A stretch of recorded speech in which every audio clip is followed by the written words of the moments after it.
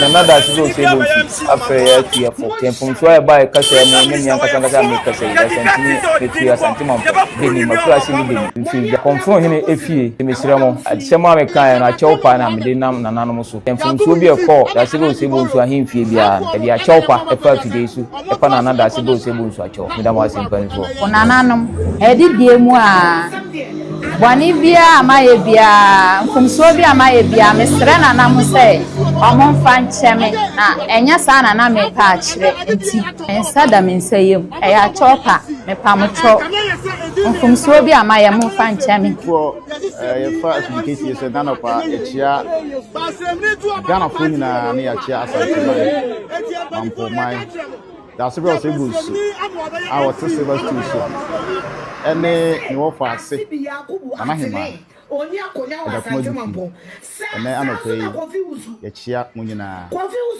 e kasa free NDC akachi Asante Mampong omakonyi apante no yesre no se be ya won sesem ensanse da ukuada ne papa no ntimi mbo yen wadi kan dia nya dada because be keke nyina no no amba bia wo free kwambo kwa so ma se election ni ma bona we yenti edu wonu kwambo na so tia no sister won ko bi mama tia no nti no hodi so antima ko bio nti wodi cyber party ni mu e be so cyber party ni mai ye ninje ho yesa na wo se no mai ne ma e ko so abusuafo da mo ase ye mamu akwa aba se so na ye de chewpa ama the traditional council ye de chewpa ama Asante Manhene ene Mampong Manhene ene Ghana fo nyina video no mu no na ye nkomo no na ye wo botaye bet kasa bi eba akiri a kasa no antwa yie eno na ede saa efi aka Asante Manhene eti ene kasa bi a yete no wa akiri a anya yende a ama Ghana fo obia eka bi no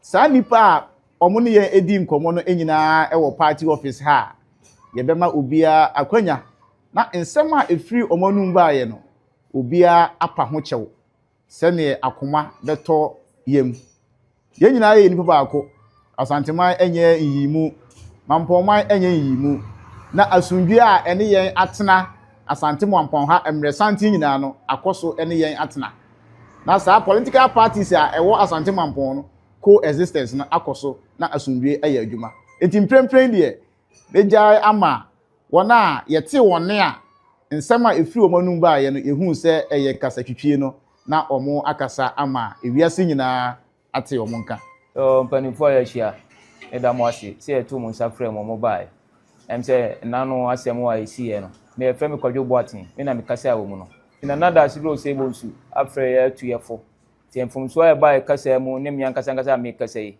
ya santini me free Asante Mampong beni makura se ni beni me free ja confront hene efie ti me siramo adisema me kan na chewpa na me de nam nananom so se mfumso bi e call da sibro se bonsu ahemfie bia na e dia chewpa e fa fide su e pa na da sibro se bonsu achew me da mo asempanifo nananom e di die mu a boni bia amaye bia mfumso bia amaye bia mesre nanam se omon fan cheme na enya sa na me pa akire nti mensa da mensayem e ya chopa me pamcho mfumso bia amaye mo fan cheme nti dia me woka no nana yeboa James Asiama Kofiase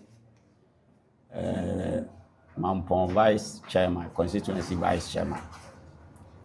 Nano semna esisi wa ha ni nyina no. Se individuals bebre dia bufu ne ba ha. Nti no ma e course nyina no. Mpanimfo yehia ye na ya condemn na nsese e basa ana nipa so de obi dia bufu firi ne fie ba ya na no eso na edi. Nti ebi firi anti obi a won nsem wo kan he nti wona wo kan de enye wo nyo nyame adom ye ne wo mo akasa ama wo so abepachew nti as a constituency no ya nso so sa ensem no so na mpanifo se obi ma oba achia na ame no na ojeso nti na de baaye no se free FM se free hen na nyina no na se ye constituency no na ye je ehun efodie no na ye pa ho chew timbra wo mo akasa wie no na ye nso ye gina Mampong constituency ni nyina na ye de chopa no ama Nana Mampong Manhene ene ne wo faase Nana Dufui said ye si ye bia no o mo fanche na ye ne o mo guso a ye ntutu ye kasa said ye be ya bibi fufuro bia ensa emma bi ti yada mo ase said na no peso ye frɛ mo se momra na ye mfa mo so ma amansan nyina ante ya esi ye na abufu a ebinom de kasa ye no ma nananom so anye wo mo de na ye mpa ho nkyɛw na mo so mo aba yada mo ase bebre.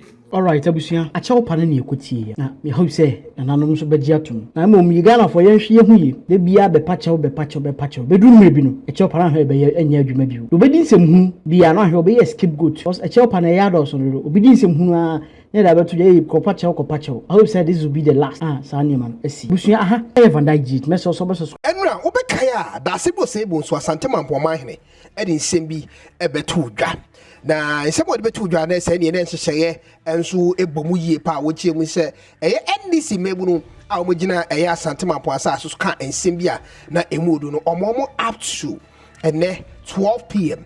se womu amfa nsɛm bi ɛda ɛbɛma na kɔma ato ne yemu ambeto abonten dia ɛne obepusi no ho amoma usampa. He is the man who sits on the silver stool of Asante Man. Me say mo bo se sankomo ni nya bamu a NDC mabunu no e de achopa ba anase omo bring out any statement a be de ba be somo se de bi e hye mo ba ye no sanso ada eye afia schwarenegger mea menu abada se ne de hye prekope wode nsɛm bi enso abetudwa efa eye boko ensɛm ne bebo awuram ne atie eye wo no nso. And do not forget that when it comes to air boko update na ya hye bebre ayede Baba Dupa. So after this video, watch out for the other update on Air Boko. You don't want to develop Boko issues because I don't want you to miss any portion, any bit of whatever that is going on in Air Boko. Sad news. Dimo Dupa, Air Bobo, a free Air Boko. Me more revenue could see NDC, and Mebun and Sema Womade Ababa Betuja currently. I Aquaba Kuno can't quite say no. Or no, I make train when they do this. So I see the Missia fire no. Me more rem. Yeah, I'm for. Yefa afidikesi so nanopa echia Ghana fo nyina na yachia Asante Mampong Manhene da sebra so ebusu a wote silver stool so ene ne wo fa ase nana hema ejakuma dufi ene anope echia mo nyina kasa free NDC akachi Asante Mampong party there's a uti nsem dia me sure I don't know but I believe say Asante Mampong Manhene ne wo fa ase ne Asante Mampong Manhene dia then I believe say Asante Mampong Manhene nsem wodi to dwa enura said wo fa ase bi honhom tisi ne so bo ko di wo mu dwuma pa and I believe say Asante Mampong Manhene and then your kokko kana adwen enso chu enyo ba ba si a ne ne de ma mi yenti office enaka krei eda ukuada ne yawada so ensensem bi esi wo NDC party office san seme ba yi ene edi efin aka Asante Mampong ama aka akonwa the silver stool a da sebre etiso enti ene party empanifo ahia se enema ekoso a entwa yie nyina no ye fa fidie so na ye de chawpa ama the traditional council ye de chawpa ama Asante Man ene Mampong Man ene Ghana fo nyina video no mu no na ye nkomo no na ye wobotaye bet kasa bi eba akiri a kasa no entwa yie eno na ede saa efi aka Asante Man eti ene kasa bi a ye te no wa akiri a anya ye nde a ama Ghana fo obia eka bi no saa nipa a omo ne ye edi nkomo no enyina e wo party office ha ye bema obia akwanya na nsɛm a efiri omonum ba ye no obia apa ho kyɛw sɛne akoma beto yem ye nyina ye nipa baako Asante Man enye yimu Mampong Man enye yimu na asundwe a ene yen atena Asante Mampong ha emresanti nyina no akoso ene yen atena na saa political parties a ewo Asante Mampong no coexistence na akoso na asundwe aya adwuma eti mprempren de beja ama wona yete wone a nsɛm a efiri omanum ba ye no ehu sɛ eye kasa twitwie no na omo akasa ama ewiase nyina ate omo nka mpanimfoɔ a yɛahyia akwawe mabɔna to hɔ akwawe mabɔna to hɔ ma memfa no nto ha na akwawe mene ne wɔn nsɛm ka bebree saa akwawe bietie no to mu nsa frɛ mo mobile ɛm sɛ nano asɛm a ɛsiiɛ no na yɛfrɛ me kwadwo boaten me na mekasa wɔ mu no na nada ase bro sɛ bɔnsu afrɛ yɛ atuyɛfo nti mfomsoɔ a ɛba yɛkasa mu ne mmea nkasa a mekasa yi yɛasantini mefiri Asante Mampong benim akurase ne benim mfiri kɔmforo hene efie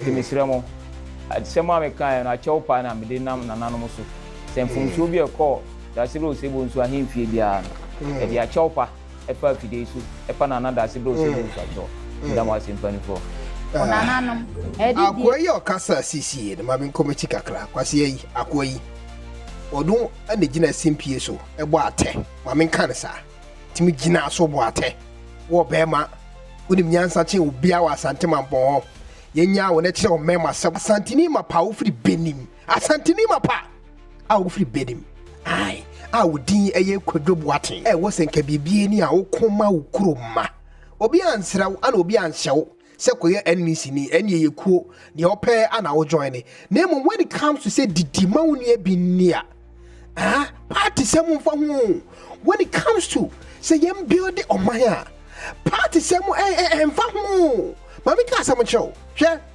sɛ yɛnya saa nkɔfoɔ wɔ ɛbɛyɛ du ɛwɔ Asante mu a I tell you sɛ ɔma ne nua Asante ne position baako sɛ ɛmeyɛ build Asante man mom.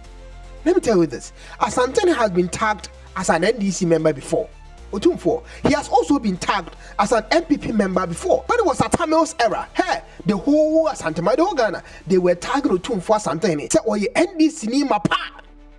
And Sana Bekaisu Akofo personal. The same thing. No more see Otumfo, a MPP. Into one kasa, the political party Otumfo, affiliated to or joining. Hey, it will be very hard for you to know because party be a hey, no click. What I will say we here support are regardless. Or no your so Ghana. And we have history of Otumfo, our boa Mahama. We have history of Otumfo, our boa Ayekofo. Two different political parties. CPP ba, UPP ba, KLP, Kraba. Otumfo ebe kyerɛ wɔdɔ de hia no sɛ Ghana ebe kɔ denim na wo nipa bi sɛ ana wo kɔtena Otumfo akonya so a ɛde so nka wobɛkum asantefoɔ nyina wɔyɛ ɔpɛmpɛm sɛ deɛ deda de sɛn ɛde twi wɔ w'anim dedenden sɛ akokora kɔtodwe wo dua no mpo na woyɛ mu sɛ ye obi nim akoyɛ frɛ no kɔdwo boate ɔmfa video yi nkɔma no ɔmfa wɛde nkɔma no sɛ meme ken Ghana m sɛ mene no wɔnkɔmɔ. You see the history of Kwame Tuano and Yaba Betiatiano on the Ayanokre. Say Ayanokre.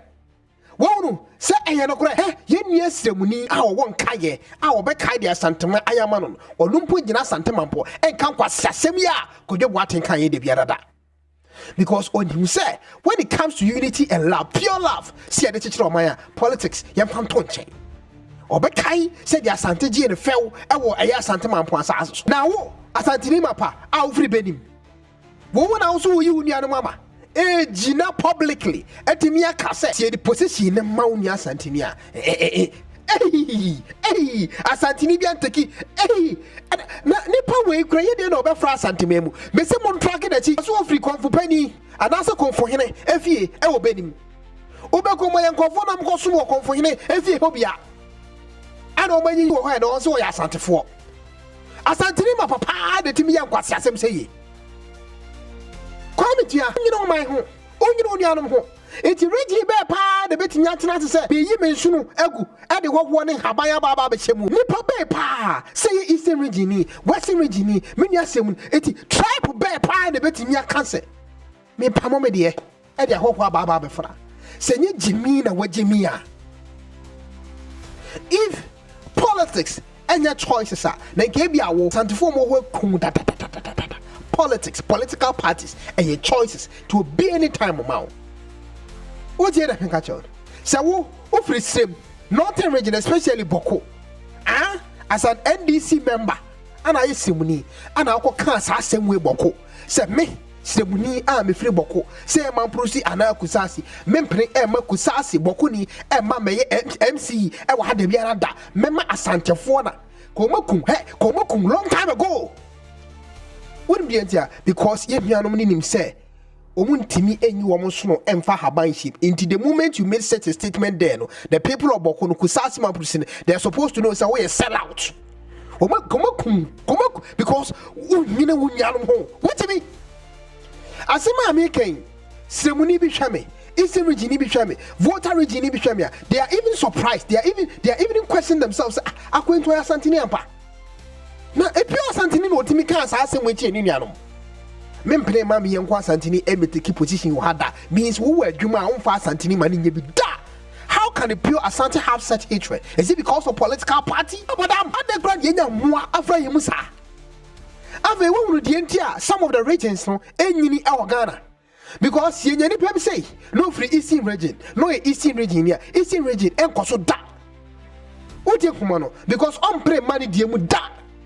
Yenya ni pem say no fra nguna mem. I have been hearing reports of such issue in voter region. See, as if voter region in Juma on funding you voter for. I got that report. I don't know whether it's true or not. Sanko for be saying no. Omuna entimi omo mine. Tisako ya mneni. That's the Indian mneni per Juma. Pushing in order. Obe based on politics. Political parties some. I take decisions. We you financial children offering crying. Pre money you can afford that. Why? Because of political parties. Set people see informing to grow. Me, that's what I say, Bonzu. Kenya na Onana. Say, would me pa na would take a decision for me. So be me. Me the minute to me be a match on you, Nana. But say, Kao Mama Konya get you a light. Oh, pro to me and hook a crab in your Busamia some. Sakine, at the end I could come and find my cousin Kitchadis. Woman. Well, bet me a man for a line or my Asante Mampong. Just because of politics. Wait to me bet me as a no feeling say I sanana one our ma abadi vie muma this party ntino e ho abufonti obet me asheda the ja abeto palace war nipa we ye fane chichiri kromani ye because why would dem want me anidi anko wa e himfa na wobetimi adidi akọ akwai e fe ni kodwo boatin oboman onye ni papa oye wudini sa wo hwe ne tebi ote okra na chopa na opa no enye I say enye from the heart. It's because of say mo friend to uniform. That is the first statement do make it. Opa bet me akwa chinuati. Was say mo friend to uniform. Nti obe pacho. Wo de opa tie kwase. Opa tie no. Tie no ha. Wo de ma me ko bachini tie. Tie. Wo de tie. Eda mo ase. Say to mo safre mo mobile. The first statement. And say nano asemo wa isi e no. E fe me kodwo boatin. Na me kase awo mu no. Na nada asiro say bonsu. Afre ya tuyefo. Tie from so e ba e kase mu ne me ankasa me kase. Ya santini me free Asante Mampong. Benim makura se ni benim. Me free. From hene efie. Te me sremo. Adisema me kan na chopa na me de nam na nanom so. Wohunu. On baby Ocean Command as free. The first statement in PFI Nano after introduction, a chop and a bedroom. Asante Mampong Manhene free in 2 years. Yenny can't say, see no, intino. Into patches say, see, I'm frail and 2 for the year. Count him yansa, sa some now kind of bomb my or baby patch. This kind of person, when you will crew bet me a coon in your Asante phone because of politics. Ocean a pampa muni ni trini na swan. Agwawe, there is no way out wa abi papa bet me a pievin trim. We see munia will come to them for. Say, we encrania will be coming in Yanum cry for. So we see Salania will be coming in Yanum Sisala for. Say, of free western, eastern, central, baby of free book chronomai. Onyeni papa. A chop and a piano is because of some Freddy 24. Sankasa conference no. Asante Mampong Manhene friend rano. Me anka sanche ma enka de wanyire dui papa panyini de wanyire dui wonim se nkwasiasam ana woka afi na obi betufo mo we nyina afraye mo we nyina afraye be de na Ghana no akoso imagine say President John Dramani Mahama eti akonya so na yato aba no akwakodi MPP for nsa but 7th January remember now the next president and the next government not swear in into that so could the 2 minutes say the constitution the man no has house me lose power there and the Ghana crime me koton amabokina faso because me who say Ghana for ejima man to abana ma me koton amabokina faso. You think this will speak good of Mahama? You think it will be good? You see how Bawumia to minimum, not because of anything, but because of a man of peace. Ye the nature chile. But when send ye, Mahama a so any. Now what Bam Niano. Na enkomo Bible nti we see feel cherished. Said ye Bawumia ayeno. A so we the chiro me ye. Viatin in our Bawumia bason. You see, it wasn't because of Mahama was stopping to acknowledge Bawumia publicly, but because he saw in Bawumia said this man is a peaceful person and sick people and the chichiriku sa quality way ye the chichirikura enye peace anymore obi a utimi fra ahogwo e ma mo chichi no ma wa Asante Mampong. You don't see you don't see how serious this issue is. Nipa oti wo ya Asante o utimi fra ahogwo no ma chichi no ma e wa Asante Mampong.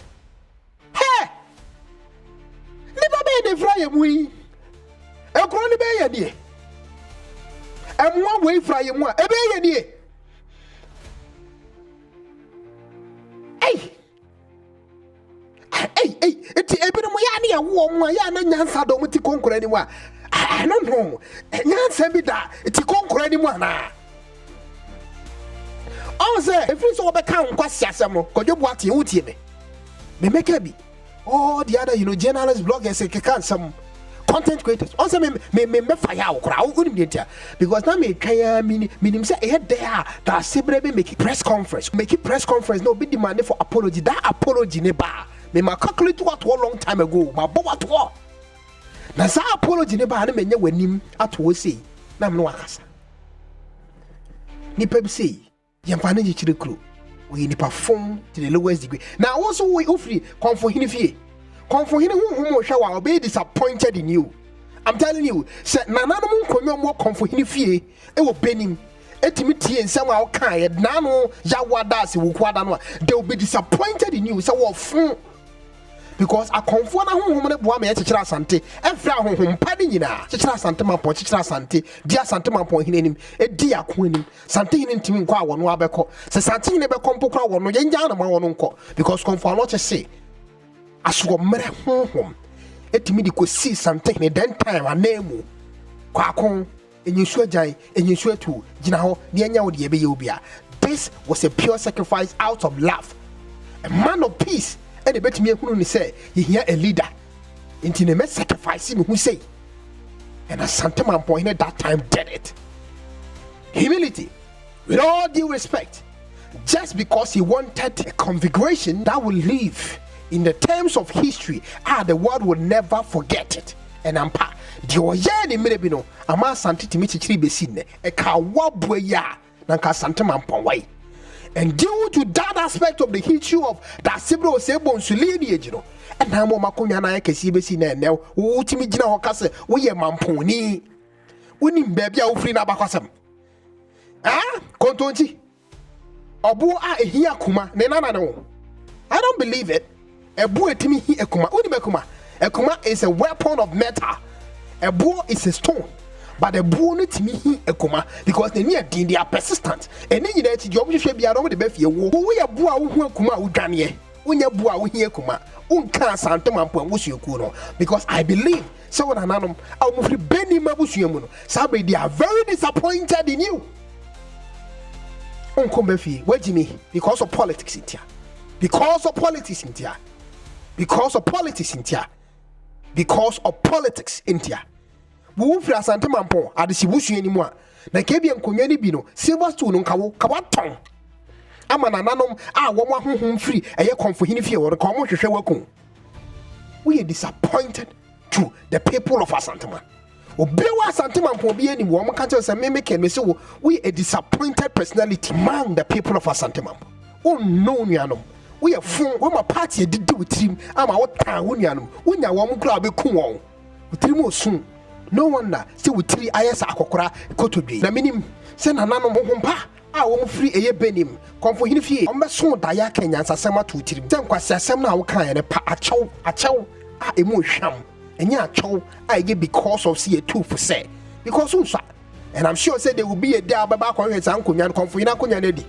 Na woni pa bi say ye do kwatena konfo hina konya so e wo benimu a nti konya no ho no ma won ton de kunye ni papa yetimi fa chichiri kro e ma ne nyi e ya hwe na so semfum so bi e ko da Sibro Sebo nso ahemfie bia no e dia chawpa efa afide su epa na nada ase bro se bo nsu acho medam ase onananom edidie mu a boni bia amaye bia kumso bia amaye bia mesre nanam se omomfa ncheme na enya sa na me pa akire enti mensada mensayem wahu sedi ye nua ba asremuni ni pa acho wahunu mfumso bia amaye momfa ncheme wahunu enti dia me woka no wahunu nanso akwa ba ko nsem o kan ye no emu odro kodwo pati nsem o kan ni mu odru sin di obia kan ye e frɛ me tu me fonti no ai sense bia me kan ye no nti no mo fa ncheme ya mfrɛ wan tu fo ade won fie dru e wa brabo mi ka won nim nyansa se obe pacho won se de oba na pacho wan sha se emfiri he asante kasa mu odru e bia won tia asante kasa no ase oti achopa na yenu aba na e pa no ai sha se directly feel remorse e won kasa nim se won nu no ho enye ana chopa wo be based on se ye tu ni funtia. The first statement you make during an apology is very, very important because it describes all the other points I'll be building. A chatwo. It be a winning muntia. And I have James Esiama Kufiasi. Yeah, Cratchy, Intino. Mampong Vice Chairman, Constituency Vice Chairman. Now, seminar is see Wahani in Ano. Say individuals, the Abufu Nebaha.